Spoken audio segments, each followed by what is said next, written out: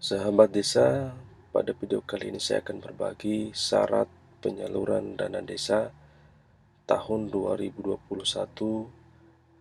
tahap 1, tahap 2, dan tahap 3 berdasarkan Peraturan Menteri Keuangan Nomor 222 Tahun 2020. Besaran penyaluran dana desa untuk desa reguler tahap 1 40%, A. Dana desa untuk non-BLT disalurkan sebesar 40% dari pagu dana desa dikurangi kebutuhan BLT bulan pertama sampai dengan bulan kelima. B. Dana desa untuk BLT desa. BLT bulan pertama sampai dengan bulan kelima disalurkan setiap bulan berdasarkan jumlah KPM yang telah direkam pada bulan pertama.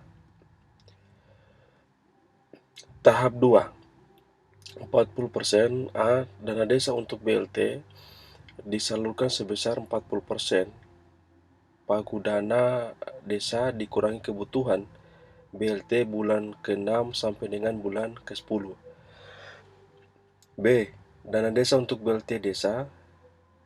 BLT bulan 6 sampai dengan bulan 10 disalurkan setiap bulan berdasarkan jumlah KPM yang telah direkam pada bulan pertama.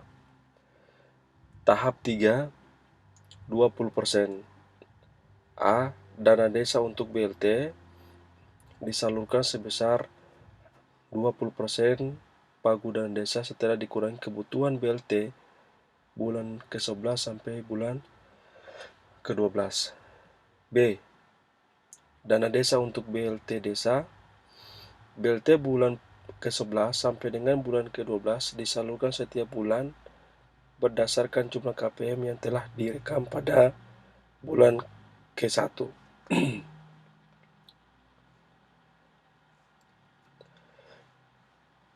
Besaran penyaluran dana desa untuk desa mandiri. Tahap 1, ini 60%.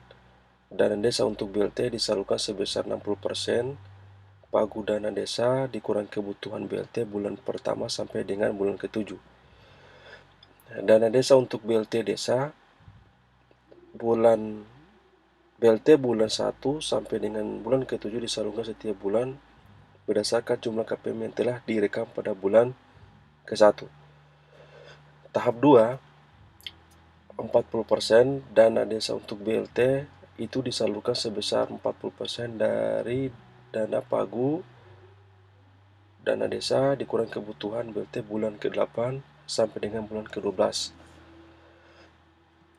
Yang kedua, dana desa untuk BLT desa. BLT bulan ke-8 sampai dengan bulan ke-12 disalurkan setiap bulan berdasarkan jumlah KPM yang telah direkam pada bulan ke-1.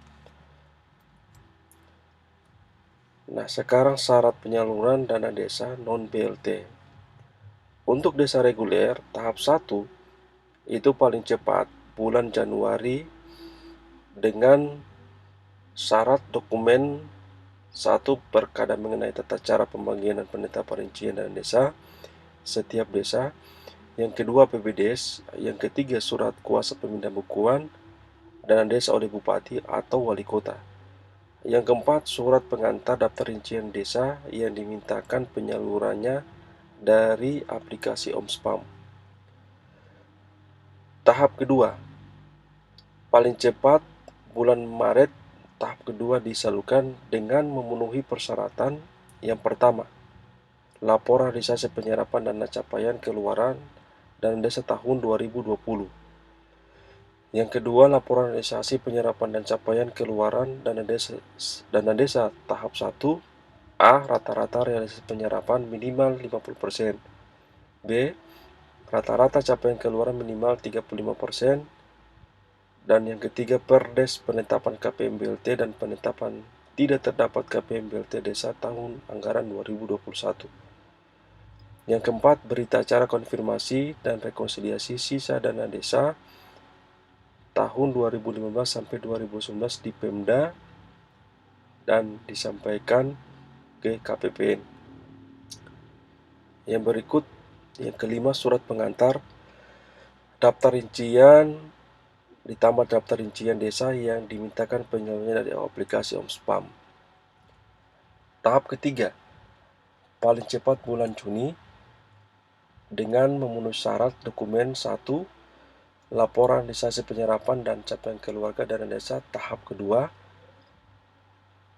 A. Rata-rata realisasi penyerapan minimal 90%. B. Rata-rata capaian keluaran minimal 75%. Yang kedua, laporan konvergensi pencegahan stunting di tingkat desa tahun 2022. Tahun 2020. Yang ketiga, surat pengantar ditambah dengan daftar rincian desa yang dimintakan penyalurannya dari aplikasi Omspam. Nah, syarat penyaluran dana desa non-BLT untuk desa mandiri. Tahap 1 paling cepat bulan Januari. Dokumen persyaratan 1 perkada mengenai tata cara pembagian penetapan rincian dana desa setiap desa. Yang kedua, APBDes. Yang ketiga, surat kuasa pemindah bukuan dana desa oleh Bupati Wali Kota. Yang keempat, surat pengantar ditambah daftar rincian desa yang dimintakan penyaluran dari aplikasi Omspam. Tahap kedua, dicairkan paling cepat bulan Maret. Dokumen persyaratan 1 laporan realisasi penyerapan dan capaian keluaran dana desa tahun 2020. Yang kedua, laporan realisasi penyerapan dan capaian keluaran dana desa tahap 1.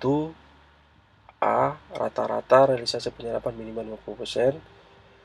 B. Rata-rata capaian keluarga minimal 35%. Dan yang ketiga, Perdes penetapan KPM BLT desa atau penetapan tidak terdapat KPM BLT desa. Yang keempat, berita acara konfirmasi dan rekonsiliasi sisa dana desa tahun 2015 sampai 2019 di Pemda dan KPPN. Yang kelima, laporan konvergensi pencegahan stunting di tingkat desa tahun 2020. Dan yang keenam, surat pengantar dan ditambah dengan daftar rincian desa yang dimintakan penyalurannya dari aplikasi Omspam. Demikian tata cara syarat penyaluran dana desa untuk tahap 1, tahap 2, tahap 3 berdasarkan Peraturan Menteri Keuangan Nomor 222 Tahun 2020.